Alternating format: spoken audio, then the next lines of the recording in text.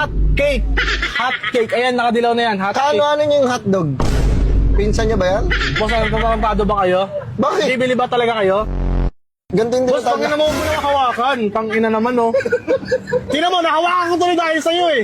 Nahawakan ko rin, eh. Nawa mo sa wakas. Ano ba yung tinitinda mo kasi? Eh kung cake yan, bibili ako. Lagyan mo ng kandila. Hindi ng mama ko eh. Boss, napado pa na akin pa si Ayan. Ayan ba yung nilupak? Oh, mo, iba yung nilapak yami sa hot cake.